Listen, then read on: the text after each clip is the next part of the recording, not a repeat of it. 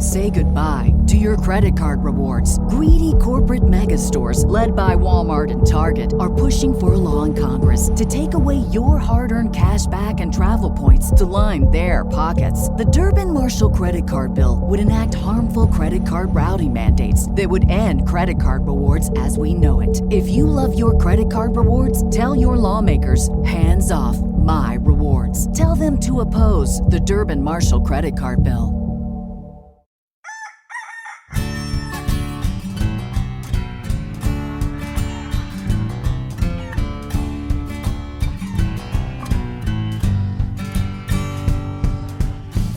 Hey, welcome to Talk Farm to Me. I'm your host, Dana, and I'm so excited that you're here with me for another episode. You know, if you're a farmer, it's really hard to be seen, and that's what you're doing. I know it's your ears that you're using, but by listening to farmer stories, you are seeing them, their work, their struggles, their silent accomplishments. Your job is so important. This podcast is an important part of the For Farmers movement, a nationwide effort to recognize and support farmers by sharing their stories, yes, but also by dispelling myths and replacing them with facts, and also by inviting you and others who care about farmers to nominate farmers for mini grants. Just the experience of being nominated is so powerful. Last year, nearly 300 farmers were nominated for mini grants, and 6 received them from Alaska to Maine. This year, 4 farmers and its 65 founders and new champions will do it again. Today, we have the honor of meeting farmer Paul Grieve of Pasturebird in Temecula, California. He's so impressive, and what he's pioneering is fascinating and impactful. Now, Paul is a farmer for sure. He's first generation, but his heart and soul are tied to doing things differently, trying new ways, breaking the mold. I think that's what really makes him draw breath every morning. And the intersection of that gift with farming poultry has had a tremendous impact on the pasture-raised chicken industry. I want to let you in on a little secret. I get challenged all the time. Why are you doing this, Dana? You can't feed the number of people we need to feed without industrialized farming or raping the earth. You know that, right? And sometimes I have doubts. But then I meet farmers like Paul or Glenn Elzinga from the last episode, and I am steeled. One more thing. Usually on Talk Farm to Me, I chime in to help with some background, or to define a term, or to explain what the heck the farmer is talking about so passionately, if it's not completely clear. But Paul is more like a TED Talk, and I think you will hear less of me than usual. I'm sure you won't miss me too much. Let's get talking farm. I didn't have a conventional background for farming. I grew up downtown Seattle, city kid, sports, like pretty normal. Grew up eating a lot of McDonald's, and that's just what it was like the 80s and the 90s, so that's just what everybody did. And I didn't really ever even think about food or farming. I didn't have any family in it. I didn't have any interest in it. Just wasn't something that you think about when you grow up in the city. Like the grocery store shelves are stocked. And as a kid, I don't care about the difference of organic milk and regular milk. It's like, just give me enough milk. That's what I'm concerned about. I did a lot of sports through college. I was in college track and field and all that stuff. And then when I got out of college, I went into the military, into the Marine Corps. You might find it interesting that 11% of farmers in the United States are veterans or active military personnel. And in 2007, shipped off to Virginia and did the officer training, did all that stuff. And I ended up training as a sniper commander. And so part of that training was hiding in the woods of Virginia for like 72 hours. And if you've ever been to the backwoods of Virginia in the summer, you know, ticks are just like one of 1,000 different bugs that are going to crawl all over you if you're trying not to move for 3 days in the woods. So we always do tick checks, and like, you know, it's kind of embarrassing, but you have to get totally butt naked and have your buddy look in your armpits and like every crack and crevice. And we were pulling 70, 80 ticks off of each other from being in the woods for that time.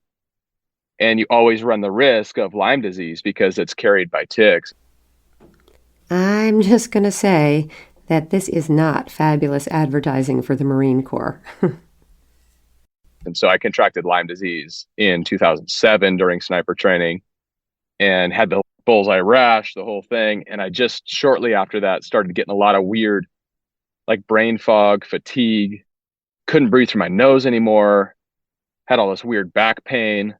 And I was like a college athlete, super active kid. So it was weird for me to have these symptoms that felt like I was 40. I was just feeling really bad. And so around that time, 07, 08 is when CrossFit started to get really popular within the Marine Corps. And with that, paleo, this whole like eating like a caveman thing started to get really popular too. And I had these buddies saying, dude, you have all the signs of classic inflammation. Why don't you try this like paleo thing and see how you feel? And I just never thought about the food that I eat affecting the way that I feel. I've never even considered that. So I was just like, no, it's a dumb idea, whatever. But they kept encouraging me. And then eventually I just gave paleo a try for 2 weeks. And like all of a sudden I could breathe through my nose. The back pain was gone. My brain fog was all gone. And I was like, oh my gosh, this is the first time I've ever connected the fact that what I put in my body does change the way that I feel. And so I went to Iraq and then I came home, and a lot of my family had gone through this similar kind of paleo or just eating better food, scratch cooking, home cooking, whole foods, real foods. And we just all had this similar experience. Like my father-in-law lost 100 pounds. My two brothers-in-law on my wife's side, they were both college athletes as well that had put on a few extra pounds or whatever. And they were feeling really good after eating paleo. And so it was summer of 2012 and the family was all together for Easter, and we were just bumming about finding quality food in the grocery store. Like even in our local health food store, we could find organic produce and grass-fed beef, but we could not find pasture-raised chicken. And that was like the thing that we really wanted to find.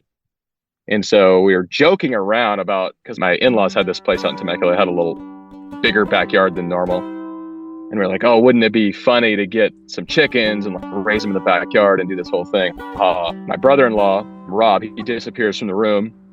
He comes back like 10 minutes later. We'd moved on. We're talking about something else. And he's like, hey, I got the chickens. And we're like, what? And he's like, yeah, I ordered those 50 chickens that we were just all talking about. We were like, bro, no, we weren't talking about that. Like, we were just joking around. And he's like, oh, they're going to be here in 2 weeks. So that's pretty much how we got started in the chicken business. I have interviewed a lot of first-time farmers, all different kinds, from microgreens to cattle, but never anyone who started a farm and built a really successful business on the back of a family joke. Here's where it went from there. We didn't read any books. We didn't know what we were doing. We'd never raised any animals before. We were just kind of like, got 50 chicks, geeked out on Joel Salatin and his methods of moving animals around in the field. Joel Salatin is a very influential farmer and the owner of Polyface Farm in Swope, Virginia, who shares his regenerative practices like rotational grazing and mobile coops for pasture-raised chickens far and wide. He's written umpteen books and has given many a homesteader and farmer a leg up to get going and to make improvements. Joel joined me on Talk Farm to Me in 2020. I will give you a link to that episode in the show notes. It's totally worth a listen. And the first time we harvested them, it was like a chicken in a tree with a traffic cone and an iPad with YouTube with Joel Salatin showing how to process a chicken. Are you wondering about the tree with the traffic cone? Well, basically, you stuff the chicken in the traffic cone until the head pokes out of the end, and then you slit its throat. The cone acts as a restraining device and also facilitates the draining of blood from the chicken, just so you know. That's how the whole business was really grown. So that 50 became 100, which became 200, 500, 1,000. And about a year and a half later, this little tiny hobby was like showing some signs of life. And I was really bored working as an accountant in Newport Beach. About 3 months later, we were moving back to Temecula. Talk to me a little bit about the problem as you see it. I've seen you refer to it as factory farming. What's going on in the chicken business that you're in now that's not going well and that kind of inspired you to have the business you have? I have nothing but respect for anybody who grows any kind of food, whether that's factory farm or pasture raised, regenerative, or something in between. To me, that's not really what it's about. It's about growing good, healthy, clean food for people. So this is not a knock against anybody growing, but the way 99.999% of chickens are grown in the US commercially is a 600-foot long grow house, 40-foot wide, 24,000 birds inside of there. Do you need a second to let those numbers sink in? Nearly 100% of the chicken grown in the United States, 99.999%, are raised in a 600 by 40-foot grow house. That's 40 feet shorter and 120 feet more narrow than a football field. And it's filled with 24,000 birds. There's varying degrees of what they would call like outdoor access or different types of supplemental feed, whether it be organic or non-GMO or just regular or no antibiotics. But really, all the chicken operations look the same. And the problem with the whole outdoor access thing is like chickens are prey animals, right? So you could say that they have access, which is like the dirtiest word in poultry, but you could say they have access to 20 acres, 108 square feet. But the reality is like chickens are not a cow. So they are not going to just run out into a big open field and run around, especially broiler chickens. So immediately you go, okay, this whole idea of like free range and organic, really those birds are spending the vast majority, probably 100%, 99 to 100% of their lives indoors. And what's so bad about that? It's a clean, dry environment for them to live in. Yes and no. And again, this isn't a knock against people doing it that way or that style, but those birds are living, eating, sleeping, and pooping all in the same place, right? So you can use your imagination on what it looks like in there and what it smells like in there. And I just got really excited about Joel Salatin's method because he flips the whole script. And I think he respects creation in a way that's like, animals were never meant to stay in one place all the time. If you look at bison or cattle or poultry in the wild, they're going to eat the ground. They're going to eat pasture. They're going to mow it down. They're going to poop on that ground. That poop's like the best fertilizer in the world. But then they're going to move to a new spot. And that happens all the time. And that's why in nature, animals are such an asset to the environment. And on farms, they're such a liability because it's the idea of movement. Did you listen to the last episode with rancher Glenn Elzinga? If you missed it, you're going to want to go back. Animals moving, following patterns of nature, naturally restoring the land with what nature gave them. Poop. You got to check it out. I'll drop a link in the show notes. So we just got really excited about this idea. Like my whole life, all I heard was to be an environmentalist, which I consider myself like a lover of the environment. I want to steward the environment really well. And all I heard was, in order to be an environmentalist, you need to be a vegan. You can't be somebody who loves nature and eats meat. Like those two don't go together. I don't know if you know this or not, but in my farm-facing corner of Instagram, vegans come at farmers pretty hard with visceral and personal criticisms of farming, especially meat farming. Those farmers are hitting back, and the skirmishes don't seem to be really going anywhere. But for Paul, he found some information that worked. And when I started reading Salatin, it just made so much sense to me. That's like, no, it's not the cow, it's the how. It's the way that these animals are being raised that determines if they're good for the environment or bad for the environment. So we got really excited about moving animals in floorless mobile coops. And it felt like a real solution to this problem of like animals living in one place all the time.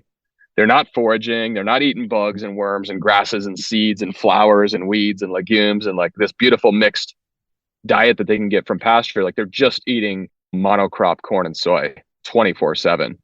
I think that there's tons of room for improvement on that. And this idea of pasture raised is what we started with. So we started with these little 80 to 100 bird coops that they're about 10 foot by 12 foot. The birds are protected from predators and all that stuff. And you go up every day, you grab the handle and you pull it to a new spot. And it's really cool. Like you see how they've eaten the grass down and they've pooped all over the ground and they're moving all the time. So it smells really good. It looks really good. The birds are really healthy and active and happy, but it's such a labor intensive way to do it. Because you think about the industry, 24,000 birds in a stationary house, the feed's delivered on an auger, it's all powered. The farmer just basically needs to walk through and pull out the dead ones every day. Other than that, you're checking feeders, you're checking waters, like super efficient from a labor perspective. And in our system, we're spending like 15 minutes a day minimum on every 80 birds. So our comparison of labor structure is like night and day compared to the industry. So then our mission really became, we started building, we got really excited about the nutrient density and the regenerative, and we would see all these grasses come back to life and all these really cool things happen. But the product, we had to sell it for so expensive to even have a prayer to be like financially solvent. And so it became this idea of this regenerative thing is really cool, this pasture raised thing is really cool, but I didn't grow up with money. None of my family grew up with money. Like we wouldn't be able to afford our own products growing up. This is another challenge I hear. Small farmers grow good, healthy food and have to charge a premium for it to cover costs, and not everyone can afford it. Some efforts at marketing good meat like this try to shift the conversation toward habits. Eat really good meat, just less of it. It's still an issue to tackle. So how do we make economies of scale in like smart business and efficient business and ramp this thing up to where we can start to bring the price down to where it's like not the cheapest, but it's more accessible and affordable for regular people? I think that's one of the questions that I get a lot. I've talked to a lot of farmers about this issue. Like, how do you raise really good food and make sure that what you're doing is, how is it scalable? How is it accessible? How is it not elite meat? I know. It was something that really bothered me. And I'd think back to kind of like my parents growing up, and not just for the budget, right? So it's super expensive. Like at Costco, you can go buy a $5 already fully cooked whole chicken. If you want to go buy a pasture raised chicken, you're going to go to the store. It's going to be $35, and you have to wake up early on a Saturday to go get it from a farmer's market. If you're lucky, they're not sold out yet. So it's not just the price, it's like the convenience factor is not there either. So I always felt like you have three legs of a stool that can like make you successful. You need at least two. You need price, quality, or convenience. And we had the quality, but we had no convenience, and we had, horrible price. So it was like, all right, we got to figure this out. So we started offering home delivery, putting people on subscription, like really focusing on convenience.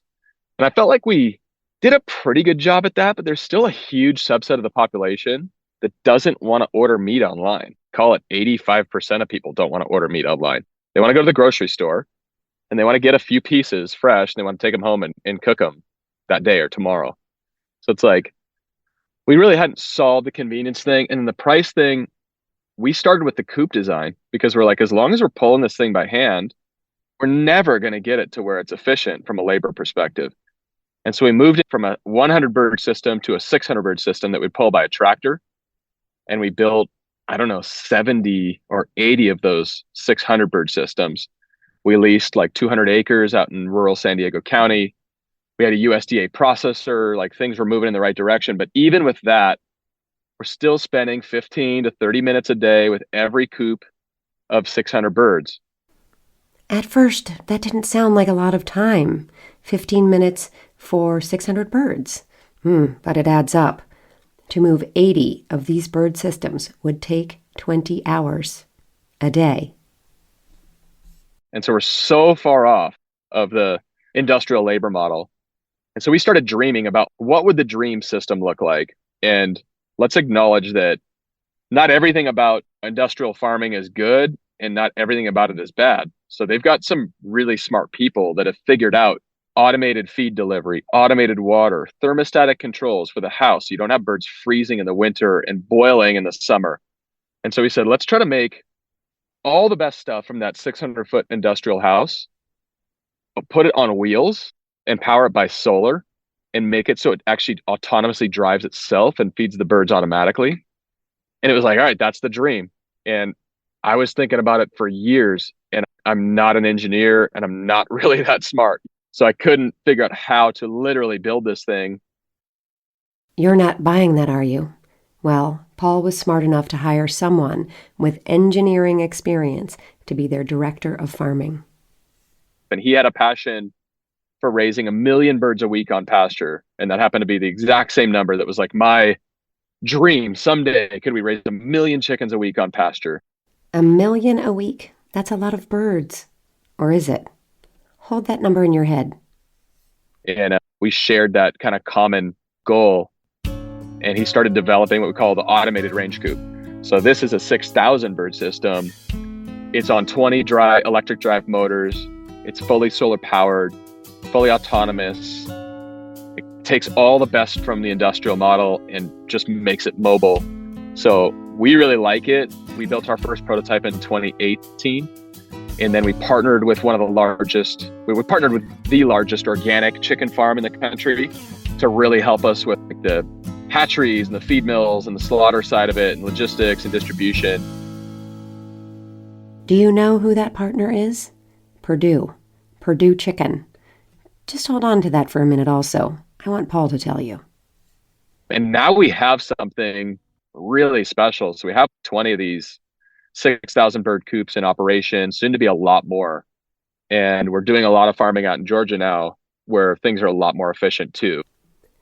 Yes, Georgia. From California. Hold on to that one too. It's all going to come together and into better focus in a minute. So I think that we're really on to something, and we're able to sell chicken at a price that I think falls between kind of conventional and organic. And you're getting a true daily move pasture raised product. We've really focused on like the packaging, and we're into Sprouts now and some other retailers that feel like a really good fit. So we're just like a seed that's just germinated. And I really think it has a potential to be something special in the market, shake things up quite a bit. But we're also like in the third inning of a baseball game. We have a long ways to go in our dream. Did you say Georgia? Yeah, we're mostly farming in Georgia now. So you're in California and Georgia? Yeah, we have one farm in San Diego County and 3 or 4 going in Georgia. And the goal is really to triple down on Georgia just because of cost. Our goal within Pasturebird is to make pasture-raised, nutrient-dense chicken accessible and affordable. And that's very hard to do in California. The land prices are 10x what they are in Georgia. And it rains 10 times more in Georgia. So what we can do there is pretty profound compared to what we can do here. But this is also our home. It's where I raised my family, and it's where the business is born. So it'll always have like a special place in our heart too. Let's talk about numbers. Did you say 1 million a week? That's your goal? We're very far from that right now, but that's we call it the big, hairy, audacious goal. That's where we want to be in 10 years. Here it comes. You ready? And the crazy thing about that is 1 million birds a week would still be a very small poultry program nationally. So there's 9 billion chickens harvested in the US for meat every year. 9 billion. Did you know that? It's a huge market. So we would be 50 million out of 9 billion, not even 1% of the market. That's crazy. And so where are you now? What are your numbers now? We're in the like 20,000 birds a week range, which puts us at by far the largest truly pasture raised chicken producer in the country, probably in the world, but a very tiny, laughable, really, chicken producer in the grand scheme of things, like on the industrial side. If you told people you had a program that was doing 20,000 birds a week, they would be like, what are you talking about? That's not a chicken program. So we're in this weird, awkward in-between phase. 20,000 a week to 1 million a week. That's the goal. That 800,000 number in the middle, that's the awkward phase. But we are partnered up with Purdue, which didn't seem like a likely fit early on. We hated Big Ag. We thought that they were the full enemy and the whole reason that we're in this mess. And the more we studied the space and we kind of fought the slaughter and the small scale processing, and we fought all those fights, I think we realized that if we want to like leave lasting change, we want to see the needle actually move in time for our kids to reap some of the benefit. Big Ag probably is more part of the solution than we wanted to give them credit for, if they were willing to do it authentically. And so we were approached by Purdue back in 2018. They said, hey, we think pasture and regenerative are the next big movement, and we want to do it for real. We don't want to do the greenwashing thing. And we said, gross, big ag. And we prayed about it and thought about it a lot and talked about it. And it was kind of like, you know what? If they're real and they really want to do this, I think we'd be remiss to not try to help them. Paul was called a sellout for working with Purdue, with Big Ag, for trading his small farmer struggles for the dream of doing something bigger and better. But he's kept an open mind, and he's learned a lot. Let's dive in. And it's been a really great partnership. We've been working with them for 3 years. If anything, our standards have only gone up. They really believe in what we're doing, and they put a lot of dollars behind it, and they've shown a lot of good faith with that. So I think that this idea of like big ag being part of the problem, therefore they need to be part of the solution. I think we're going to see more of that over the next 10 years as we try to like actually fix the food system. Do you like that idea? Fixing the food system? I'm not sure I've done a good enough job outlining the problems with the food system yet, but I'm getting to it here on Talk Farm to Me and on my Instagram at xoxo Farm Girl too. It's deep and complicated and worth making big leaps like Paul did by working with Big Ag to do it. Or we can just say, you know what, screw anybody who's big. We're going to pick some arbitrary number and we're just going to say, no, we're not going to help anybody. I just don't think we get very far by doing that. So they're putting money behind your operation and they're seeing how this whole regenerative possibility is playing out. Are they changing anything that they're doing? I know you've learned things from them. What's happening on their side? I'm curious about the partnership. The hard thing about Pasture is you're either doing it or you're not. So it's not like they can really take their stationary houses and prop them up on wheels and suddenly they're mobile coops or something. So no, they still have a really active and what I would call a healthy stationary program. But what I like about them is that they're honest about it and they don't try to pretend like some things are pasture raised when they're just free range or when they're organic. So I think that they're really honest with their labeling and they're honest with consumers. And that's all I ask. Like I've come all the way full circle where I go, you know what? Even gnarly factory farming where the birds are just locked indoors with no windows 24/7. If you're honest with consumers and you're telling them that's the way that you're doing it, fine. Let people decide. They can choose what they want to buy. And some people are on such a tight budget that like, that's what they need in that season of life. Not everybody can afford even large scale pasture raised. And that's totally fine. To me, the bad actors are the ones that go, okay, now we have this 600-foot barn. We have 24,000 birds in there. We're going to pop a little 2-foot door open and none of the birds are going to go outside, but we're going to sell it as if it's pasture raised. That's sketchy. We're going to call it regenerative, even though like it's not at all. Okay. That's where I draw the line now. Not, oh, there's only one right way to do things. Like, I really don't think that. I think you can do a great job with free range, a great job with organic, a great job with pasture raised. And they're all different. They serve different parts of the market and let people decide what they want. Just be transparent about what you're doing. Yeah, I agree with that. I think that there's still a lot of questions or people coming into a consciousnness about certain kinds of labeling where they're like, I don't know if I believe it. So I think that's a big issue. It actually does more harm than good when the greenwashing happens. It just makes the industry, it sets the industry farther back more than anything. So that's what's frustrating to me. I think greenwashing is something you want to add to your own consciousness. Sometimes it's hard to see, but if you ask questions and stay curious, you'll see it. I'm going to be honest with you. It's super frustrating when you find it. It makes you lose faith. A quick story. I was out to dinner at a really nice restaurant with my husband. The ambiance was beautiful, and we had a little cocktail. The menu looked amazing, and I felt like having some beef. There were 2 delicious-looking choices, and 2 farms named on the menu. I don't usually do this, but I got curious, so I snuck out my phone and searched. The results left me deflated. The 2 farms were actually one farm, and that farm is owned by an agri-corporation hiding behind family farms that operate feedlots. The truth is that the majority of U.S. beef comes off of a feedlot, but a nice restaurant naming farms gives you a feeling that the meat is special. It was not. So don't let the labels fool you, okay? Back to Paul, because he's revolutionizing other things too, and he's honest about himself. He loved pushing for the big, hairy, audacious goal he and his team set, but he has a pioneering mindset and wants to move on and have someone take the birds from where they are to that 1,000,000 wheat goal on this model. So to go from 0 to 20,000 is like super fun for me. To go from 20,000 to 200,000, I'm like, all right, somebody else should do that. But I'm really passionate about what we're doing.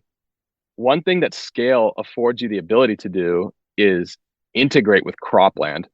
So for the last 70 years in our country, we've systematically separated crops from animals.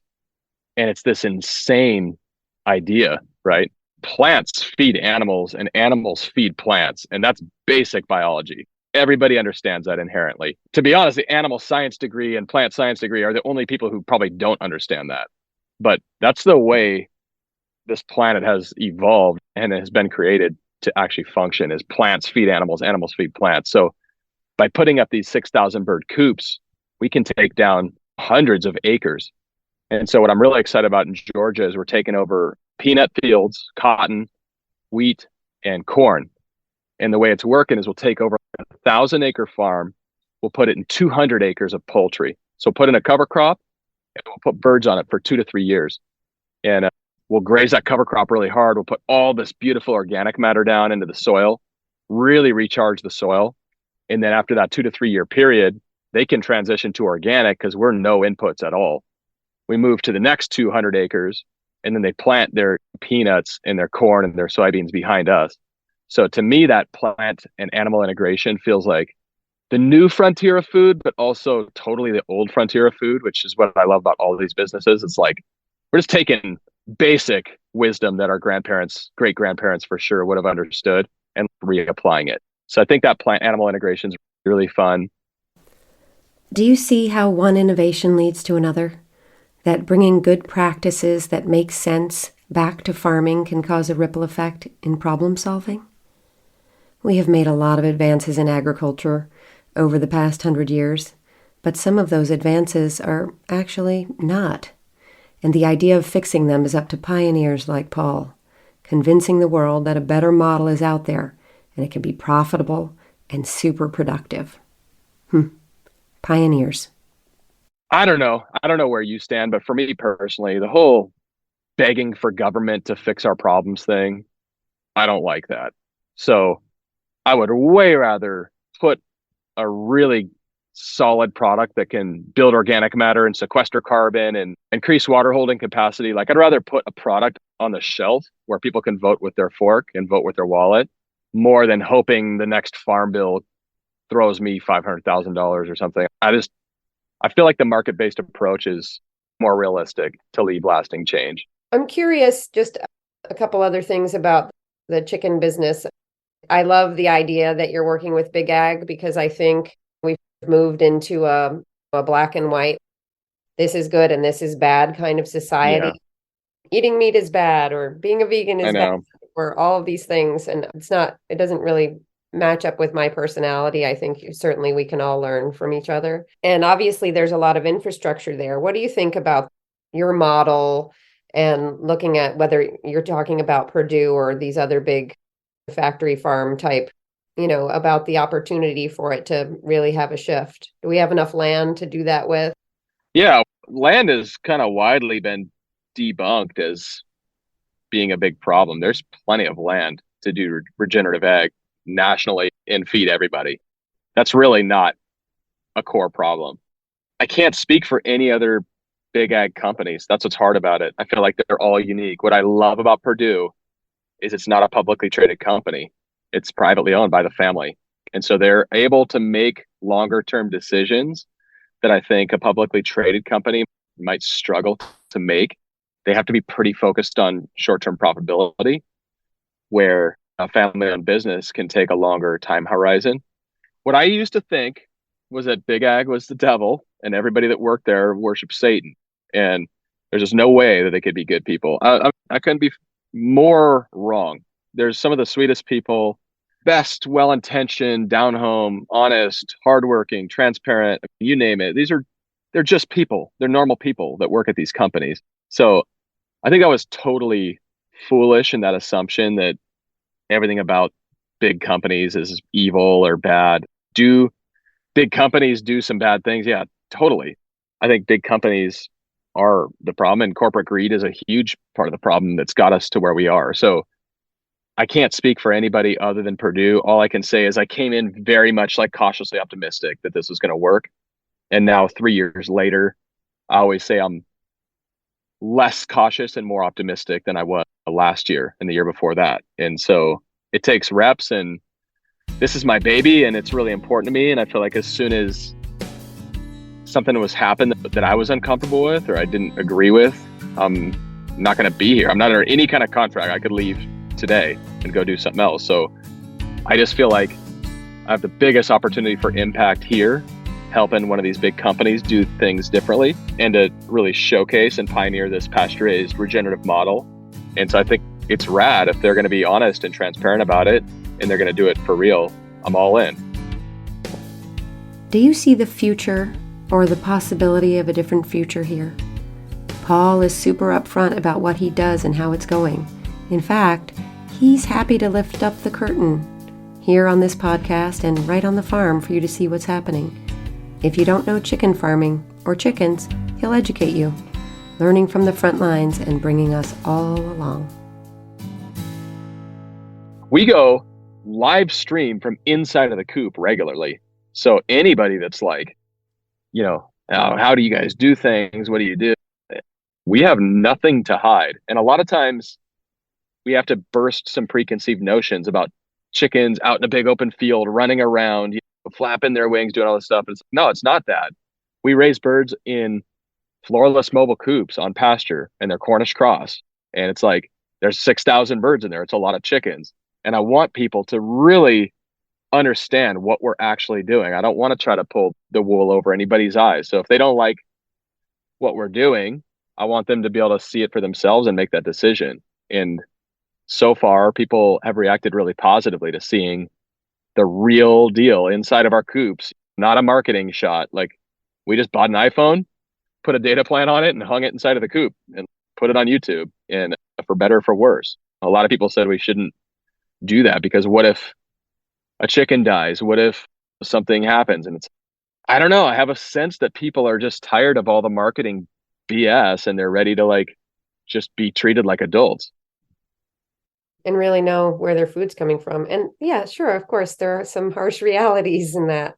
Yeah, I think people know that actually deep down. They sort of know that it's probably not every single bird gets to live out to their full life. Like, birds just die of natural causes all the time. And that's just one of many examples. But I think people are starving for honesty, and they're starving for a true story and a positive story within meat, which so much of meat marketing over the last 10 years has been, we don't do this, we don't do that, we don't add this to the feed, it's all what don't you do? So little of, okay, what do you do?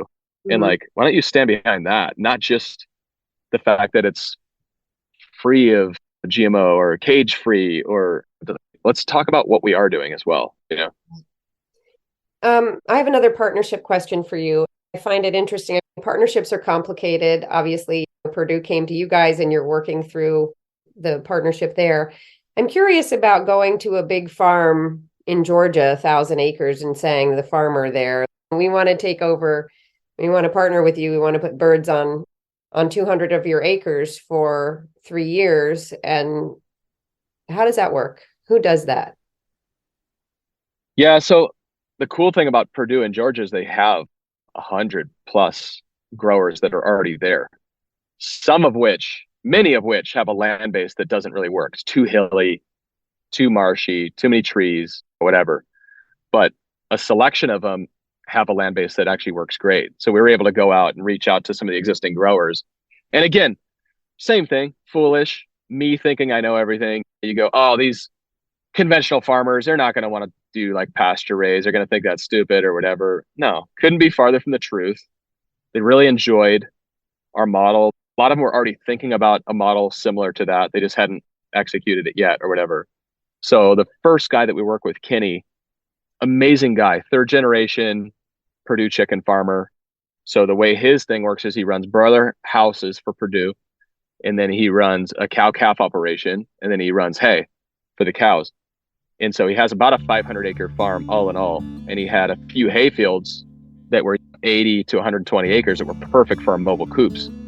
So I said, okay, Kenny, let's work together on this. You take care of the chickens, we'll put coops up on your land, and we'll take care of the brooding.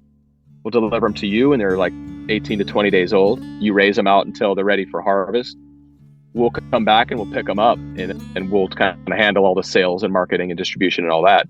And he was all ears, and we're going to pay you to do that, by the way. And what happened was his 400 acres of hay, after running these birds over it and getting all of that natural organic fertilizer on the ground, he was able to completely stop the use of synthetic chemical fertilizer. Maybe I'm just a super farm nerd, but this gives me chills. Animals and plants the way nature intended it to be. Do you see how if we apply this model more widely that we could actually reduce our use of chemical fertilizers? What would be wrong with that? With that big, hairy, audacious possibility. So he's able to do things more organically, get rid of the fertilizer bill, and make a bunch of extra money because he's saving money on fertilizer and he's getting paid to take care of chickens. And it was such a cool thing because it's like he had been wanting to figure out how to get his daughter to be able to come back and work the farm with him, but the money's just not there. And so now his daughter's able to come join forces with him and be part of the farm. And it's worked out really well. And his whole thing is like, this didn't take away from anything. I was able to stack it right on top of my current farming operations. And so he still grows birds for Purdue on the conventional side. He still has his cow calf. He still has his hay operation, but now he's added the pasture poultry thing that's fit like a glove. And so that's just one example, but it's one that I thought was pretty cool. Now, when you're running all these chickens, you're starting with chicks, right? We start with chicks. We actually have the hatcheries. So we start with eggs. Oh, okay. So you have your own hatcheries. We do. Yeah, within Purdue, we do. Interesting. So that's part of your partnership.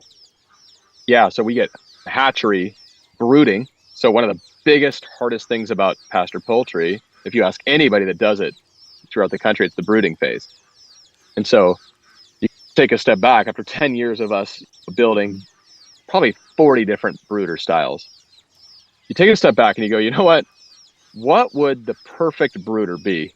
And it turns out, because you can't start the birds out on pasture. They need to be climate protected. They need to be warm, dry, all these things. They need to stay basically like they would be under a mother's wing. And so what's got the right ventilation, what's got the right litter and wood chips and all, what would be the perfect environment? And you back up and you go, what's a perfect brooder? A stationary chicken house. It's dialed for exactly what we're talking about. It's insulated. It has the litter on the ground. It has the perfect ventilation. It has the feed. It has all the perfect things.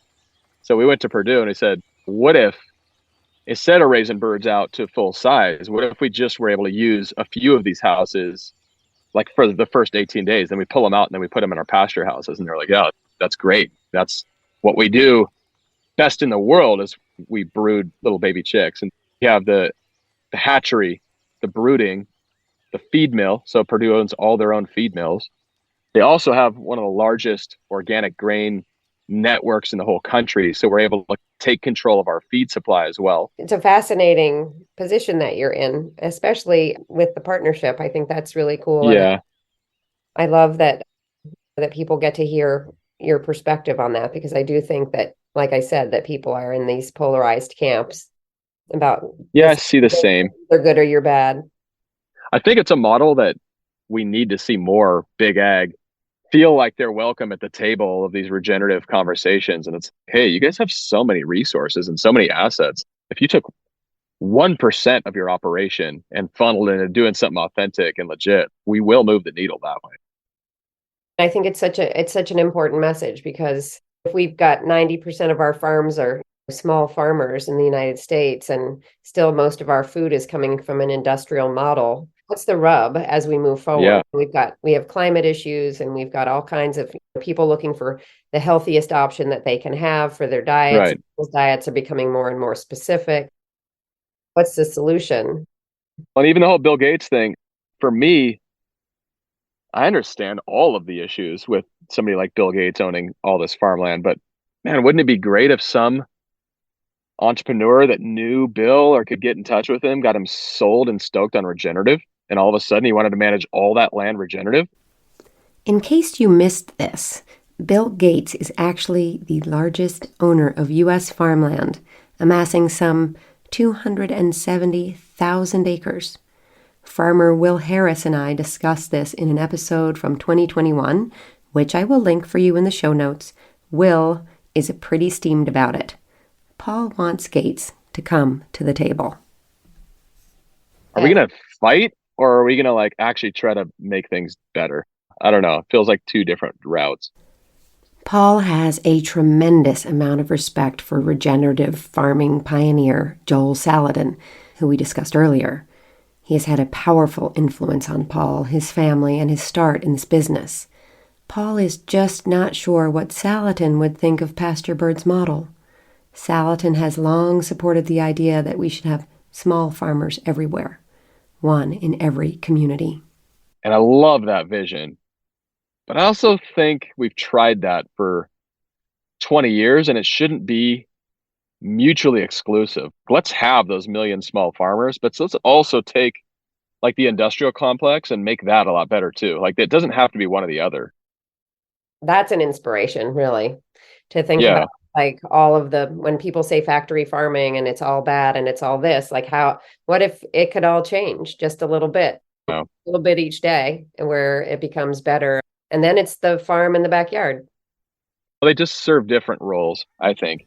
There will always be the dedicated customers that do not want to support big ag, and they want to go to a farmer's market or drive over to a farm and pick up their food. And that's so beautiful. But this idea that we're going to change the way everybody does their shopping, or we're going to get them to spend 4 times more for chicken than they're used to right now, and I just don't think it's going to happen. You're going to move some people, but to really move the needle, we need to hit it from both sides, from the bottom and from the top, and meet people where they are. And even with that, you're still going to move 10% of people. You're not going to move most people. They're going to keep doing what they do. Yep. I don't know. I think it's just about having a realistic view of what's possible. And I really do want to see things different for my kids. I think in order for that to happen, we need big ag to move, and we need small farms to move. We need to fire on all cylinders. Well, Farmer Paul Grieve is firing on all cylinders, that's for sure. And he has given us all something to think about by lifting the veil on big ag and showing us what possible looks like. I hope that any limited beliefs that you have had about the possibilities for big ag to do better have been stretched, and that you are maybe even thinking about small farmers as the knights in shining armor that they can be, as a part of this very complicated equation. Think about your questions for Paul, because he and I are talking about having him join us for Farm Talk on my Instagram at xoxo Farm Girl at some point in the near future. Until then, I am your host, Farm Girl, yes, also Dana, and this is Talk Farm to Me. Coming soon, we will be talking with farmers in the grasslands of Indiana, the cool of the Atlantic Ocean, and the sun bowl of California. Between now and then, do me a favor, will you? Share this episode with a friend. I am pretty sure they are going to love it too.